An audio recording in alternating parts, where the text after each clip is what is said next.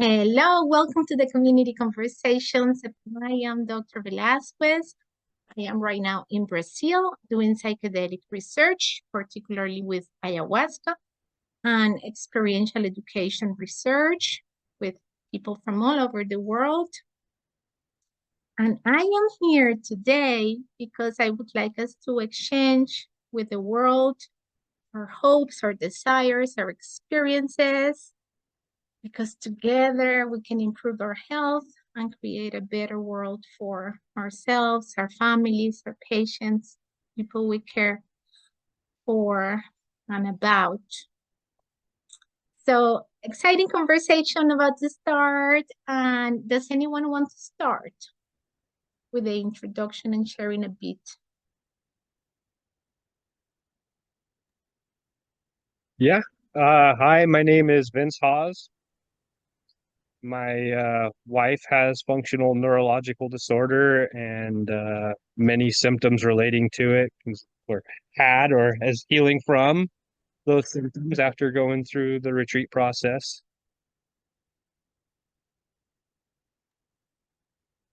So, Vince, thank you. It's interesting how in your introduction you made reference to yes, and I always say you're a power couple, your relationship is so special. And then you spoke a little bit about Jess's functional status and about participating in a retreat recently. So I wonder if Jess wants to follow up to that and say a bit more about yourself. Yeah, I'm Jess Hawes, and I was diagnosed with FND in 2021, in 2021, 2 years ago. so 2 years ago. And yeah, it was a crazy journey for 2 years of trying to figure out how to function in a body that didn't want to function. Um, and then I started taking Yadira's class. Um, I think a year ago, I want to say I started her classes. And she sent out a newsletter for the retreat, and I was like, I don't know if this is for me, but I sent it on to my husband, and he read it. He was like, we got to make this happen. And so we did. We made it happen, and it changed my life. And I want to say I'm in remission. I still have a few like small movements here and there, some vocal tics, but I'm seizure free. Have been since I think the first week I got back, and so it's been about a month now. I'm seizure free. And I'm walking and hiking and exploring again and doing the things that I love to do, um, due to the medicines that I was able to receive through Yadira's retreat. Oh, yes, thank you so much. And so many deep, meaningful, life-changing experiences that you shared so quickly in just a few sentences. Um, I wanted to say I collaborate with guides from all over the world. I'm still studying the medicines and learning. So it was a retreat that happened in the Sacred Valley, as many of you know, in collaboration with a neo shaman, a female neo shaman from over there. Just you said some things, and maybe later you'll give us more details, but you said Yeah. it changed my life.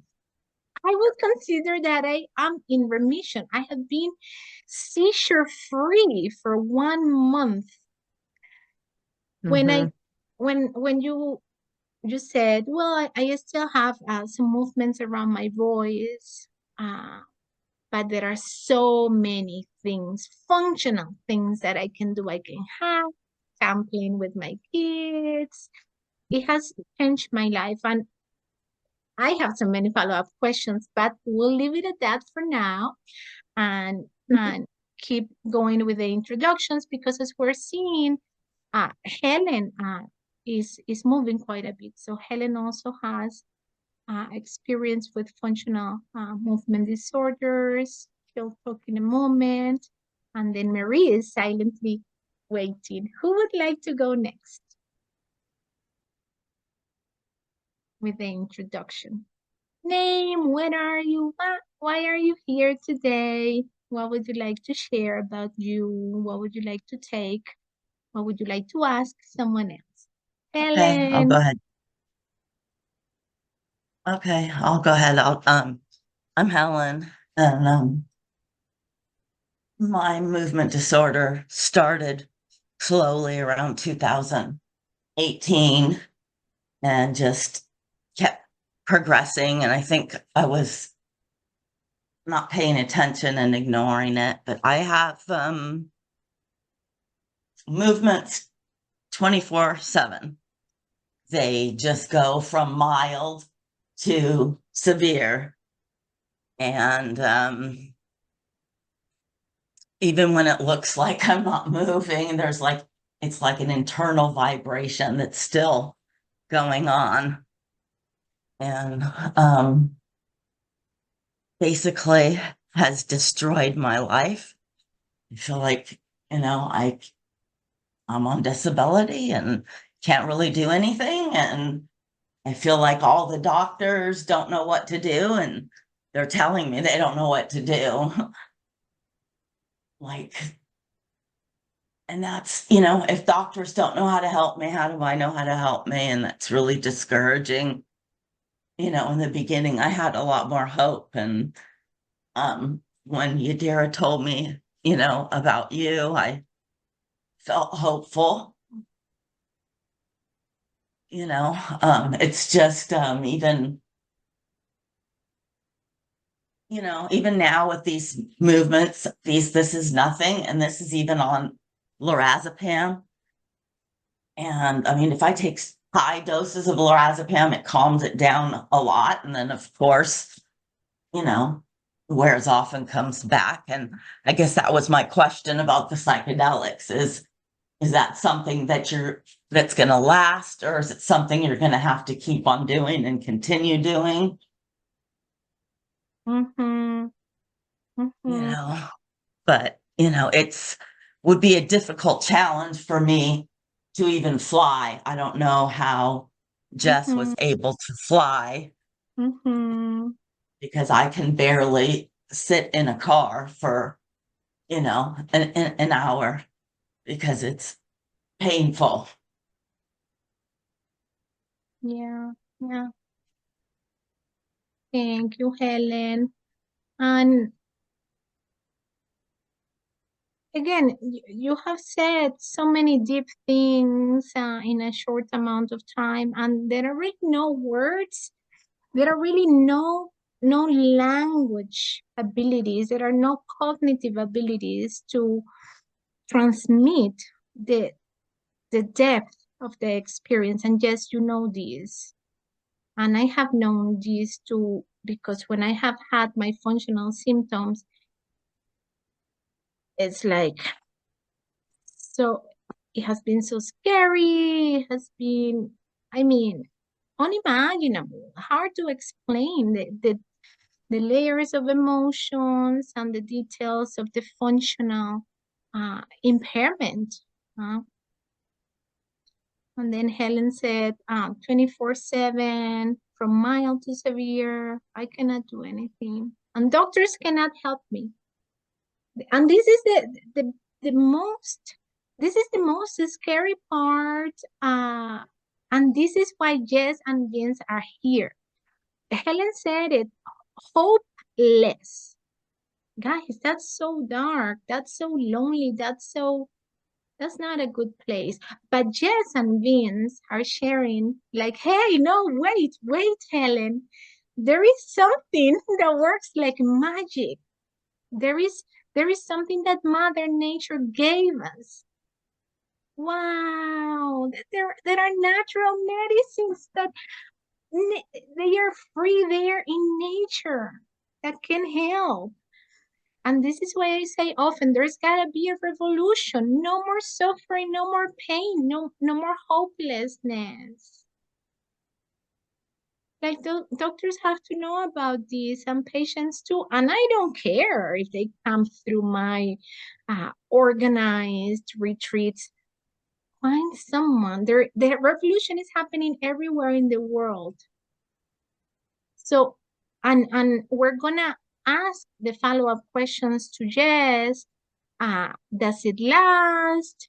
How are you feeling, Jess? And you can share a little bit about the changes that you have been noticing over the past month since you went back home. This is really important because, here in my programs, in my classes, there is no BS, there is no lie, there is no fake news, there is no fake marketing.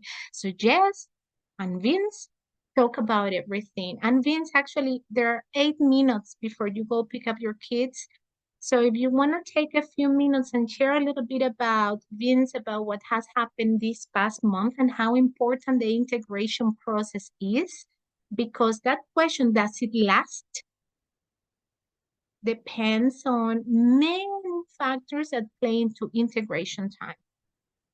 And then, yes, you can tell Helen a little bit about the flying experience and how was that too, because it's a real concern when you're sick going through the airport. So yes, you can talk. So Mary, are you okay waiting until 30 minutes past the hour so Vince can talk a little bit more? Thank you so much. Vince, do you want to say anything else or do you want to hear Mary? Because that's another option that you have, Vince. You want to hear, yeah, whatever you want.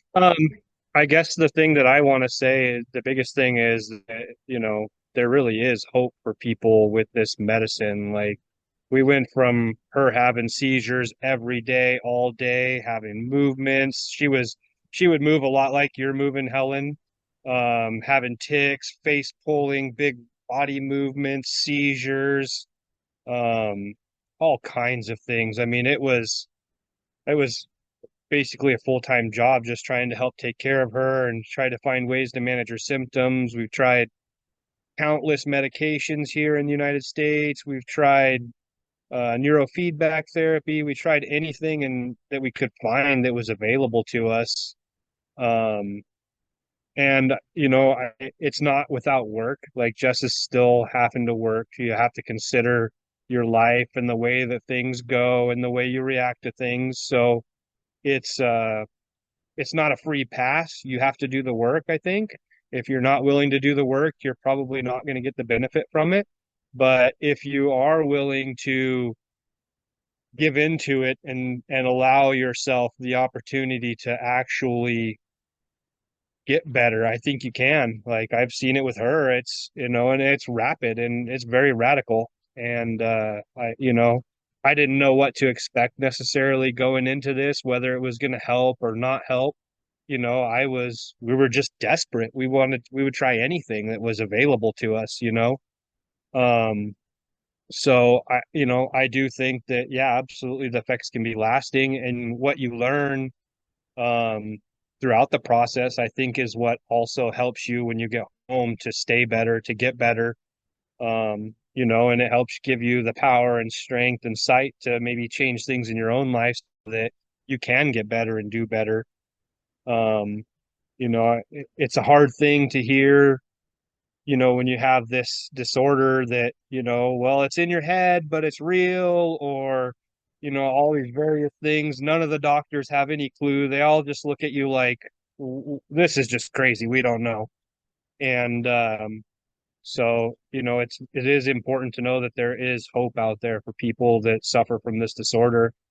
Um, so that's the biggest thing, is I think that, there really is hope if you're willing to go outside of your comfort zone and go outside of the traditional norms of what you may think and believe, and just allow it to take place and happen. The medicine really can guide you. Um, it's helped me in my own personal life, even though I don't have functional neurological disorder. I have other things that I suffer with ADHD and addiction and other things like that. And it's made a huge impact, on my life in that way too. Um, so it's not necessarily something that's just for people with FND. It can help lots of people for lots of things, I believe. Um, the traveling thing is definitely one of the things I was super worried about with Jess, because she would constantly have seizures anytime she'd be stressed or whatnot. And um, it's a long flight and you have to sit there and do it, but it's worth the effort if you really want to get better and you want to put in the effort to do it.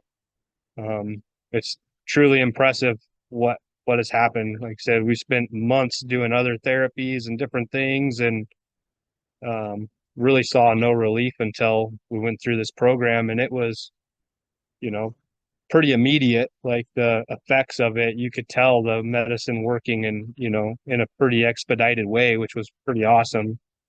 Seeing the change in real time from day to day from when we got there on, because there was no way previously for her to lead any kind of a normal life, just making it through a day was lucky. So that's my biggest takeaway from it is I would love to see more people be able to go and get the help that you can't from Western medicine. It's not available. They don't understand it. These plants and things I think are more powerful than any of the stuff that we're creating and, for this kind of thing, because everything that she took would either make her groggy or drowsy or sleep or, and that's really no way to live your life either.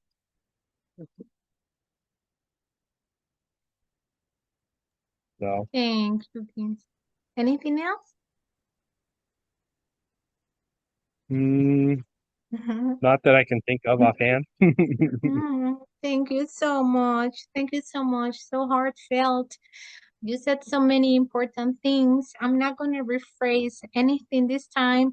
Just, I want you to hear Marie's introduction. Marie, did you want to say something? He has a couple minutes before he has to leave.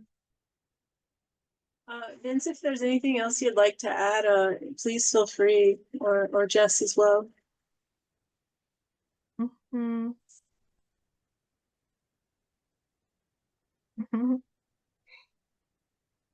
Someone told me the other day, there is a 5-second rule before you ask someone to speak, or are there any questions?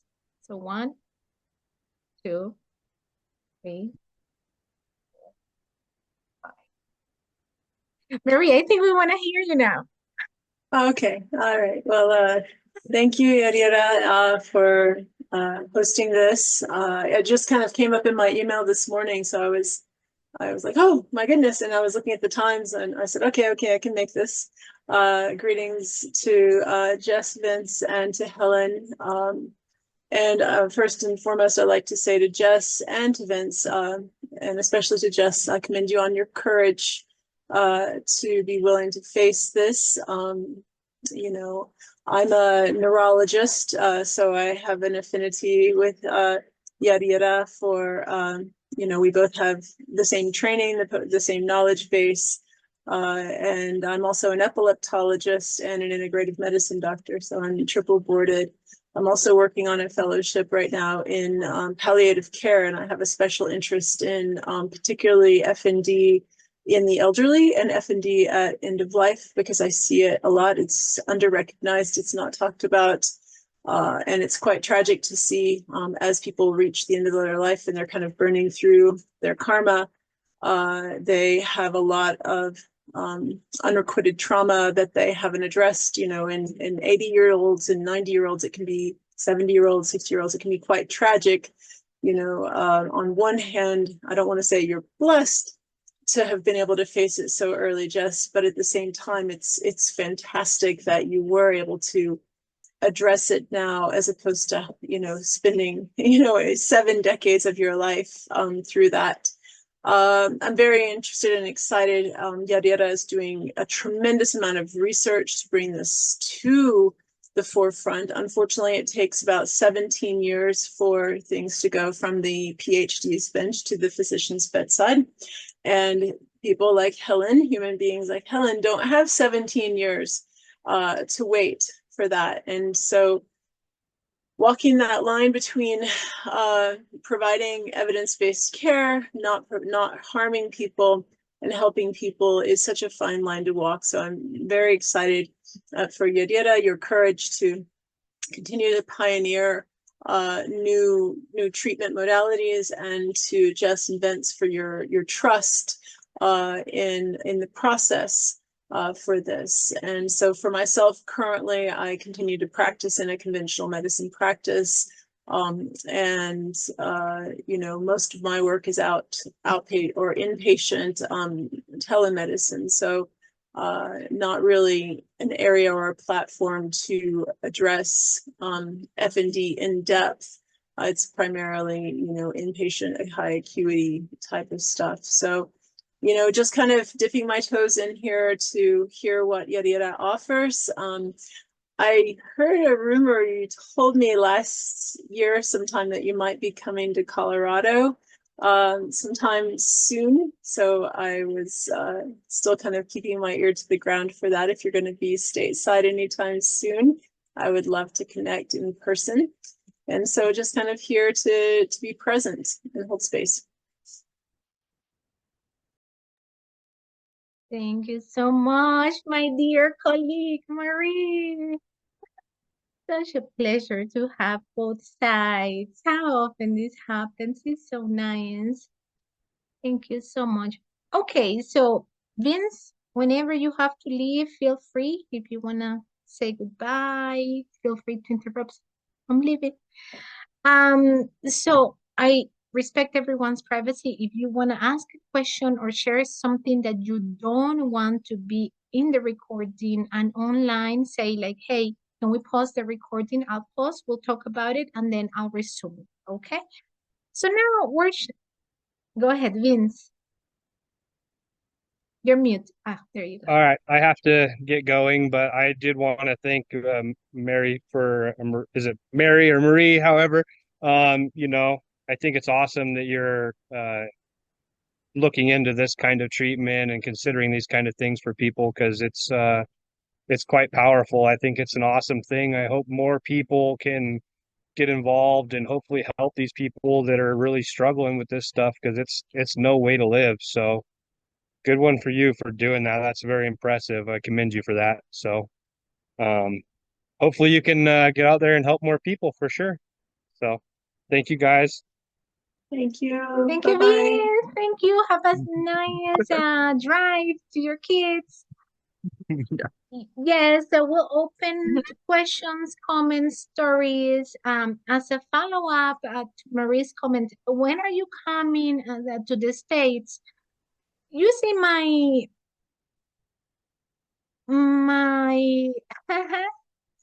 what I practice lately have been, hey, I'm just gonna do whatever people need. And right now, what I have in my radar is Helen. I want Helen to come to Brazil, to stay in my home, in my retreat centers with someone else. I'm gonna announce that soon. I just don't have time to announce everything. Everything that I announce brings me a lot of extra work, more work, new work. But my next goal is Helen. Helen is my next goal. And she knows this and she's here and I want to see her better. Like after I saw Jess's result and how the physical body responds, and I want to clarify these medicines, they open our awareness and our understanding. It's like, hey, look, you can heal. I'm gonna heal you. See this, you can heal. See these, the causes of your problems, and see these, the tools. You're on your own, right? Yes. It heals you. It shows you the causes. It shows you the solution. Now you have graduated. Go back to the real world. And then you go back to the real world and you're like, hold on a second. How do I walk on these pedals? Right? Yes. How do I walk on these? Hold on. I'm still learning. And there you are. You put what you learn in the psychedelics school to work. You may stumble a couple times, you may trip, but you get up because you have the instructions, you know how to do it, and you know that all you need is practice. And your body feels it, and your kids, and you are like, this is awesome. But it's not without challenges, because why? We have to face our family, we have to face society, we have to face our jobs, we have to face the bills, we have to face everything. And life is moving at such a fast, inhumane pace because we haven't been taught for decades. Since the Industrial Revolution, we have been taught the wrong things, and now we're so confused. So there it is, Jess trying to fix everything with her husband, like the kids and the home and society and new jobs and how the heck do I do this? And she's doing it. And this is the importance of community. So Mary, what I'm gonna do until March is I'm gonna try to bring Helen to Brazil with someone else, and I want people to stay from 2 to 4 weeks. Yes, do you think greater than a week would have been helpful? In my experience, I think that for some people, if they have the time, if they don't have children, if they don't have to go back to work, if they could stay 2 to 4 weeks doing the work and integration and enjoying the relaxed environment, I am suspecting that it could be even a bit easier. What is your opinion to that? Yes, a little bit longer time.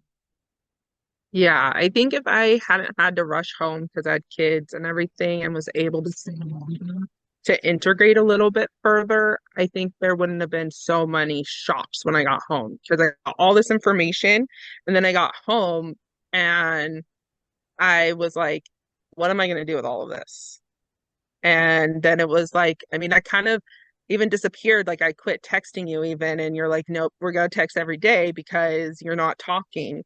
Because I'm like trying to figure it out on my own. And then when I started reaching out, it started helping more. So I think that integration a little bit longer would have been very helpful to be able to really figure out how I'm feeling. Because there's still times where I'm kind of confused and I have to really search deep inside myself of like, where is this feeling coming from? Why am I feeling this way? And why am I reacting this way?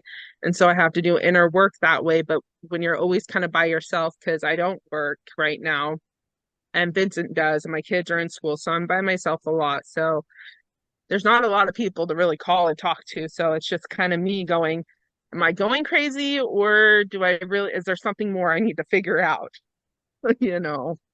Yeah. So yeah, I think a little bit longer of a time would have been awesome because I would have been able to get my feet grounded and had those tools complete, or not complete, but more solidified in myself before coming home and facing the realities of life.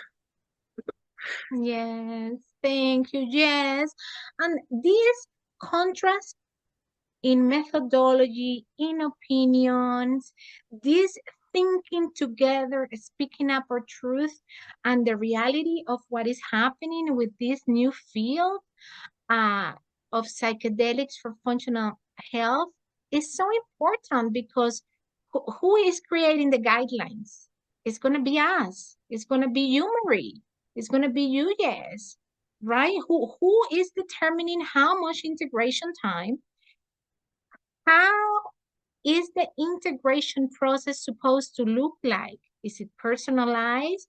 How much companionship? How much, right, independence? It's us. We are at the forefront, all of us. So important to ask the hard questions, to speak up the truth, to disagree, to say like, but wait a second, but how about this and how about that? So more questions and comments. Who's next?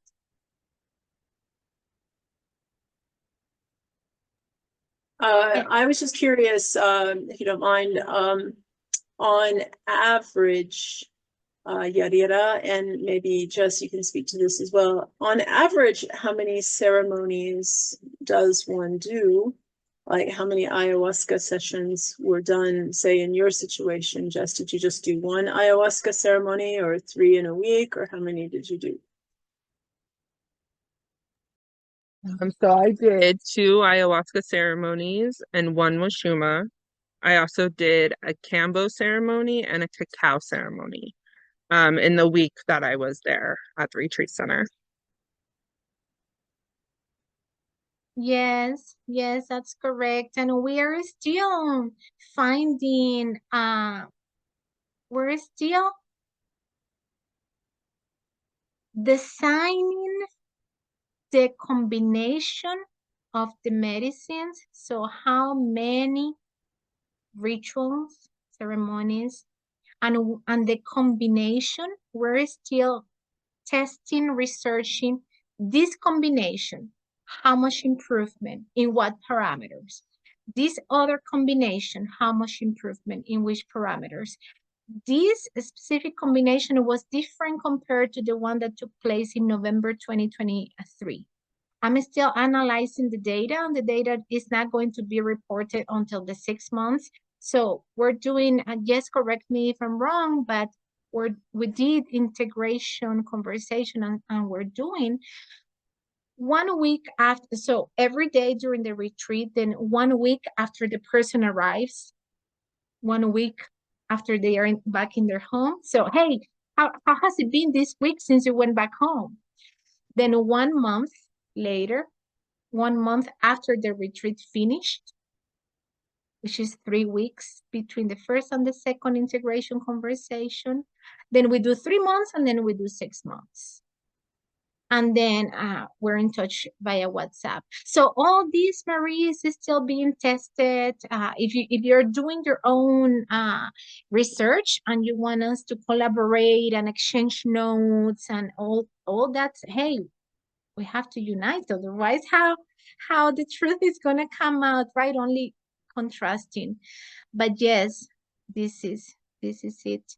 Helen, do you have any questions for Jess about the effects of the medicines? Look, she said she took a camp frog. She took a tea, a brew made with 2 plants, and she took another brew made with 1 cactus, and she took cocoa. So do you have any questions about the medicines, the effects, the side effects? You're muted, Helen. Yeah, There actually, you are. Uh-huh. I have been a non-drug user, so I mean, I never even did like marijuana or anything until I got this disorder, and they suggested me doing marijuana for the pain. And I kind of tripped out. I freaked out. Like it really spooked me, you know. Um,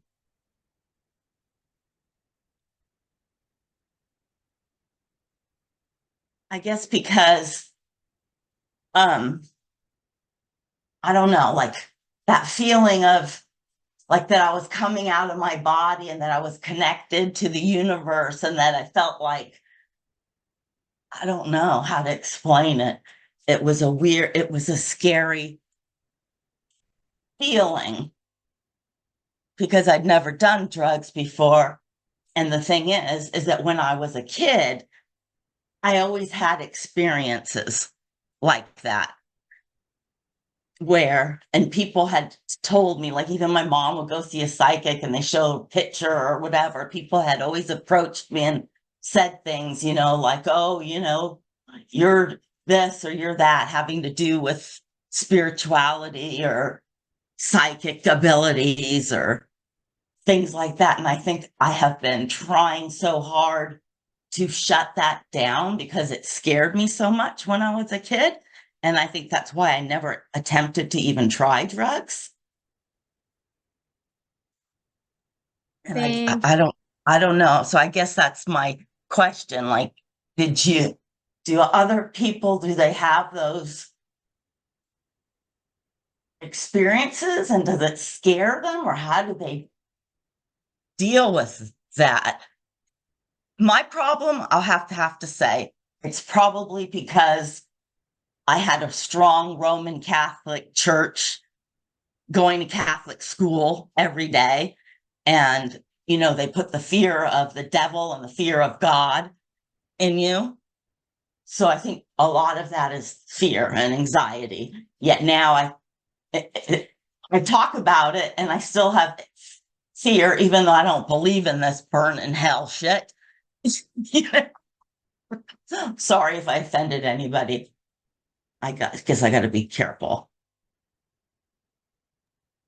Thank you, Helen. Yeah, well, let me clarify something. It's very important and helpful and health maintaining for all of us to express our truth and our emotions and what comes up, what builds up in our body. And you said, even now I'm feeling some of this fear and anxiety, and the body has these responses. It's healthy, and I encourage that in my classes. Uh, we do understand that sometimes we have opposite beliefs to other people, and we we definitely don't want to hurt anyone. We feel sorry that sometimes we have opposite beliefs, but we have to be able to hold and express our reality. So I celebrate you, Helen, for expressing your truth here, for really reflecting where the concerns are coming from, and it's a reality, and we can only remain healthy if we express it. And yeah, we don't want to uh, bother anyone. We apologize if it's opposite to other people's beliefs, but this is what we're here for. Jess, how was your experience? Did you have out of body experience? Did you feel connected to the universe? Was it scary? How did you deal with that? What did you feel prepared you for that? Tell Helena a Uh, bit, and Marie also. so I never experimented with drugs either. The most I had done was marijuana.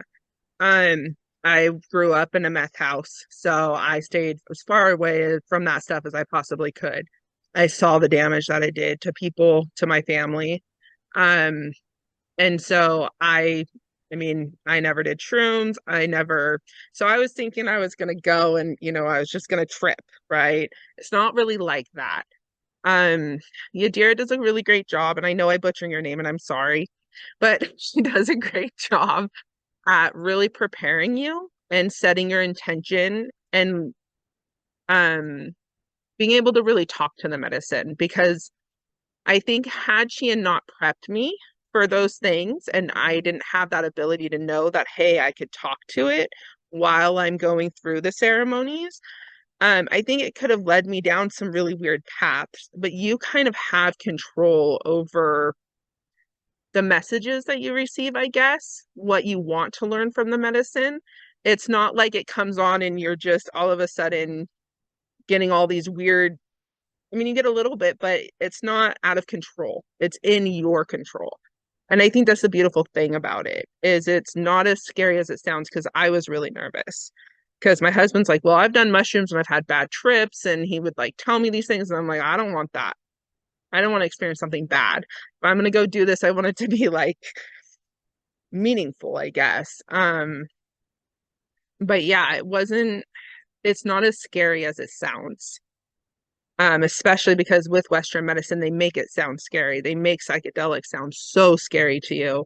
They don't want you to use it. They don't want you to experiment with it because, well, that might take away from big pharma. Let's just be honest. And so it's really not scary the way that it's presented to you. Like I said, she does a really great job when you integrate. She sets you up before you talk about like what you want to learn from the medicine. So you already have a plan in place for when you take the medicine. And then as the medicine hits, that plan kind of goes, but then it develops further. And it will show you as much as you're willing to take in. And it will stop if it gets too much. You can say, I can't handle this right now, and it'll slow back and it'll go backwards. And you're able to kind of regain that control. Yeah. Thank you, Jess. Thank you. I want to highlight this for anyone who comes across this video. Preparation. Preparation is so important.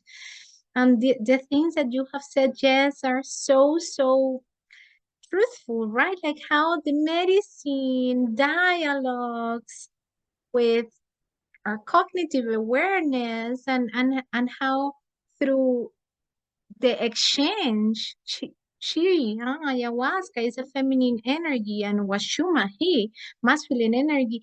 They respect our limits. They respect our emotions. They know what's happening within, and yes, it's so magical at the same time, so scientific and exact in the way it communicates and does the work. Yeah, but preparation, everyone, preparation is so important, and it starts months before the ceremony. It should start months before. Mary, do you have any questions, any comments, anything that you would like to share?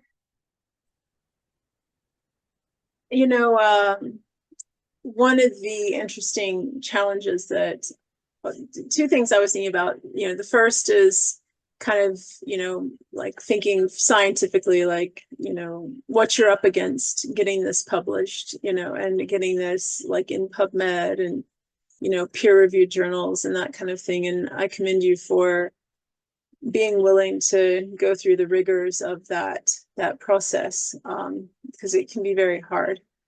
It can be like, thankless. So I commend you for that. The other interesting, challenge that I would see with this is a lot of, say, patients that I see, particularly with FND, especially non-epileptic seizures, they come on a lot of medications, And as you know, there can be, particularly with certain types of medications, a lot of dangerous drug interactions with some of the medicine, particularly ayahuasca. And so just the preparatory process that you have to go through with patients in order to taper these medications safely while preparing them for coming to do the medicine. Yes, yes, Marie, you said it. It has to be months before, because the medications, and as we're tapering the medications, of course, the symptoms resurface. So we have to be prepared, patient and care team, to handle. And this, the ceremony, the work, and yes, you correct me if I'm wrong, or tell me if you want to add something from your personal experience. The work starts months before, when we start removing these patches, which are the medications. The things start surfacing, and you start preparing yourself to receive, to go to the classroom, get healed, and receive all the teaching. So yes, it is a complex process, but it has to be described, Marie. It has to be published either in a book or in a research article, because you know what? There are a lot of underground people doing it in the United States, all over the world.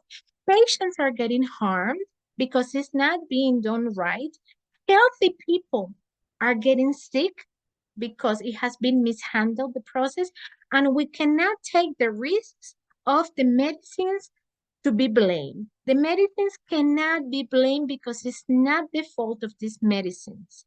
It's the fault of the practitioner that is not having the knowledge, and perhaps is the fault of the teachers and the masters and the guardians of the medicines, who are not doing their work. Because let me tell you, Mary, shamans are not doing their work. I go to all the places and they are selling the medicine. They are giving it to people who are unprepared, and they are causing chaos. So shamans, neo-shamans, the scientific community must get together, because this is one of the last opportunities we have. We cannot ban these medicines wrongly again. So these are such important points, and it's got to get done. I think I'm doing my part. I hope I get it done. I pray for health every day, because it's a lot of work and I feel lonely sometimes, but I trust that little by little, our teams, our warrior teams are gonna increase, and we're gonna get it done, and we're gonna save the world, and we're gonna save ourselves. I'm an optimist. Okay, we have about 4 minutes until the end. Any other questions or comments?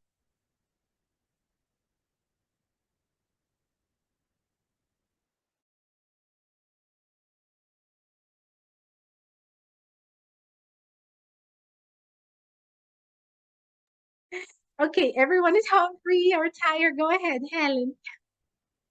Yeah. I guess I'm asking again about the flight because when I got this disorder, I was in Hawaii. And the thing is my arms swing like this. There's no way I could sit in a seat on an airplane seat next to somebody. I had to get like one of those lay flat cubicle first class seats in order to fly. Did you fly in a regular seat? And I mean, Yes, do you want to tell Helen were you on medications two or in order to three fly? That's two the or other three thing. tools that you use, Jess? She asked about the seat and medications. If you can tell her about 2 or 3 other tools and exercises that you tried before traveling and during traveling, that may be clarifying. Yeah, so I flew in a regular seat. But my husband was with me. Um, I think I want to say I used a CBD gummy before going, to help calm the body down, which does help. And then I just made sure that I had like stuff on my screen and things like for on my phone and stuff that I could watch that would, help focus. As for the movements, their movements. I have no control over it. So if I moved, I moved and I just kind of went with it. Um, I didn't I I don't know. I didn't try to restrict it. I just went. I knew that once I got there that there was going to be healing, so my goal was to just get there. I didn't care so much about the rest of it, right? Because this is your body and you're human, and if it's moving, it's moving, and there's nothing you can do about it. Um, and I think just going in it with it on that mindset helps. Hope that answered. Exactly. So 3 important things. Companionship. Oh my God, I love to travel with someone too. It makes me feel so much better. Companion. Use the medications that you have available, especially if we're gonna have a program that lasts a few weeks. Some medications can be tapered and discontinued abroad. And accept movement just for those few hours. Don't care about what others think. Have the person at the airport who is helping you with the wheelchair deal with it. And you see, like, that's it. Make it your journey and make it joyful. And because the truth is that the movements are at home too, and you just let them happen at home. So if they happen in the airport, just let them happen. As I told Jess, the airport is a zoo. Like there are all sorts of people. Like don't worry about anyone. Everyone is their own species over there, and we are our species here. And okay, I want to respect everyone's time.